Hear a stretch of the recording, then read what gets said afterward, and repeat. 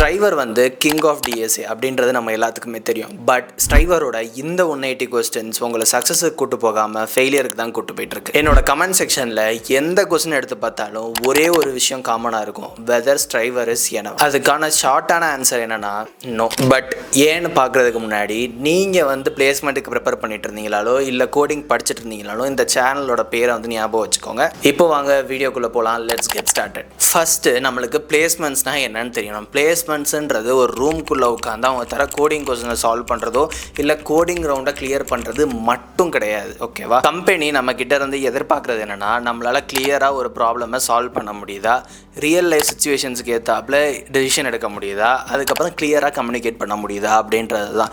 ஏன்னா இப்போ நீங்கள் ஒரு ஃப்ரெஷராக இருக்கீங்கன்னா உங்கள் காலேஜில் சொல்லி கொடுத்தது வேறையாக இருக்கும், கம்பெனியில் நீங்கள் பண்ண போகிறது வேறையாக இருக்கும். ஸோ உங்களுக்கு பெருசாக கம்பெனிக்குள்ளே நடக்கிறது என்னவாக இருக்குன்ற ஐடியா இருக்காதுன்றது கம்பெனியில் இருக்க உங்களுக்கு தெரியும். உங்கள்கிட்ட பொட்டன்ஷியல் பார்த்தாலே அவங்க அதை எடுத்துகிட்டு போய் ட்ரெயின் பண்ணலான்ற அளவுக்கு தான் அவங்களே வந்து இன்டர்வியூக்குள்ளே வருவாங்க. ஓகேவா?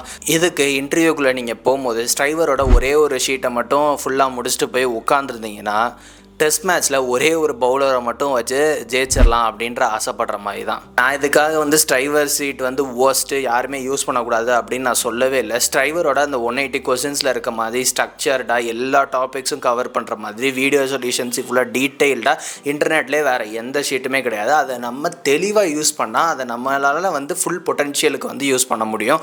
அது இல்லாமல் அந்த ஒரு ஷீட்டை மட்டும் நான் படிச்சுட்டு போகிறேன் அப்படின்னா கண்டிப்பாக அது வேஸ்ட்டாக தான் போகும். இப்போ ஒரு சுச்சுவேஷன் இமேஜின் பண்ணிக்கோங்க. ஸ்ட்ரைவரோட 180 கொஸ்டின்ஸ் நீங்கள் சால்வ் பண்ணிட்டீங்க. நீங்கள் வந்து கோடிங் ரவுண்ட் வந்து உங்கள் கம்பெனியில் வந்து செகண்ட் ரவுண்டாக வச்சுருக்காங்க. உங்களுக்கு வர கம்பெனியில் நீங்கள் ஃபஸ்ட் ரவுண்ட் வந்து ஆப்டிடியூட் கிளியர் பண்ணணும். ஆப்டிடியூடே உங்களால் கிளியர் பண்ண முடியல. ஸோ கோடிங் ரவுண்டுக்கு கோடிங்கே படிக்காத உங்கள் ஃப்ரெண்ட்ஸ் எல்லாம் வந்து எலிஜிபிள் ஆகி கோடிங் ரவுண்ட் அட்டன் பண்ணிட்டு இருக்காங்க. நீங்கள் ஆப்டிடியூட் ரவுண்ட்லேயே ஃபெயில் ஆகிட்டீங்க. இது வந்து இமேஜின் பண்ணுற சினாரியோ இல்லை, இது நிறைய பேர்த்துக்கு காலேஜில் நடந்திருக்கும். உங்களுக்கே நடந்திருந்தால் மறக்காமல் கமெண்ட்டில் சொல்லுங்கள், மற்றவங்க பார்த்து தெரிஞ்சுக்கட்டும். ஏன்னா ஒரு கம்பெனி உங்களுக்கு வருதுன்னா உங்கள்கிட்ட கோடிங் மட்டும் எதிர்பார்க்க போகிறதுல நிறைய விஷயம் எதிர்பார்ப்பாங்க. அதுதான் நான் முன்னாடியே சொன்னேன். ஸோ அண்டர்ஸ்டாண்ட் பண்ணிக்கோங்க, ஸ்ட்ரைவர் அலோன் இஸ் நாட் எனஃப். இப்போ எப்படி இந்த டிஎஸ்சி ஷீட்டை நம்ம பெனிஃபிட்டுக்கு யூஸ் பண்ணுறதுன்னு கேட்டிங்கன்னா அதுக்கு நான் இப்போ சொல்ல போகிறது தான் ரொம்பவே இம்பார்ட்டண்ட். ஒரு இன்டர்வியூ ப்ராசஸ்ன்றது 4 பில்லர்ஸ் மாதிரி. ஃபஸ்ட்டு பில்லர் நம்ம எல்லாத்துக்குமே தெரிஞ்சது தான் கோடிங். இதுக்கு நம்மளுக்கு பிரச்சனையே இல்லை. ஸ்ட்ரைவரோட ஷீட் இருக்குது, அதுவே எல்லாமே கவர் பண்ணிடும். ஸ்ட்ரைவர்லேயே நிறைய ஷீட்ஸ் இருக்குது, அதுவும் இல்லாமல் நிறைய பெஸ்ட் டிஎஸ்சி ஷீட்ஸ் இருக்குது. அதை பற்றின வீடியோ நான் தெளிவாக ஒன்று தனியாகவே போட்டிருக்கேன். எது பெஸ்ட் டிஎஸ்சி ஷீட்டு, எந்த டைம் ஃப்ரேமுக்கு ஏற்ற மாதிரி நீங்கள் எந்த எக்ஸ்பீரியன்ஸில் இருக்கீங்களோ அதுக்கேற்ற மாதிரி எப்படி சூஸ் பண்ணுறது அப்படின்னு மறக்காமல் அந்த வீடியோவும் செக் அவுட் பண்ணி பாருங்கள் if you are need. Second one என்னென்னா aptitude and logical thinking. Aptitude and logical thinking தான் இந்த இன்டர்வியூ ப்ராசஸ்லேயே மோஸ்ட் இக்னோர்டு ப்ராசஸ். ஏன்னா யாருக்குமே ஆப்டிடியூட் படிக்க பிடிக்காது. ஏன்னா அதை நம்ம கம்பெனியில் போய் யூஸ் பண்ண போகிறதே இல்லையா, அதை படித்து நம்ம என்ன பண்ண போகிறோம்னு நினைப்பாங்க. பட் ட்ரஸ்ட் மீ, இந்த ஆப்டிடியூட் ரவுண்ட் தாண்டினா மட்டும்தான் உங்களால் வந்து அந்த கோடிங் ரவுண்டே அட்டன் பண்ண முடியும். ஸோ ஆப்டிடியூட் அண்ட் லாஜிக்கல் திங்கிங்க்கு டெய்லி ஒரு 30 மினிட்ஸ் வந்து நிறைய வெப்சைட்ஸ் இருக்குது. யூடியூப்லேயே நிறைய பேர் வந்து எப்படி ஆப்டிடியூட் படிக்கணும்னு போட்டிருப்பாங்க. ஸோ அதை பார்த்து தெரிஞ்சுக்கோங்க. ஓகேவா? அடுத்து தேர்ட் ஒன், நீங்கள் வந்து ஆப்டிடியூட் கிளியர் பண்ணிடலாம், அடுத்து கோடிங் ரவுண்டு கூட கிளியர் பண்ணிடலாம். பட் இந்த விஷயம் இல்லைனா உங்களால் கண்டிப்பாக வந்து ஒரு இன்டர்வியூ சக்ஸஸ்ஃபுல்லாக இது பண்ண முடியாது. அது என்னென்னா பில்டிங் அ ஸ்டாண்ட் அவுட் ரெஸ்யூம்.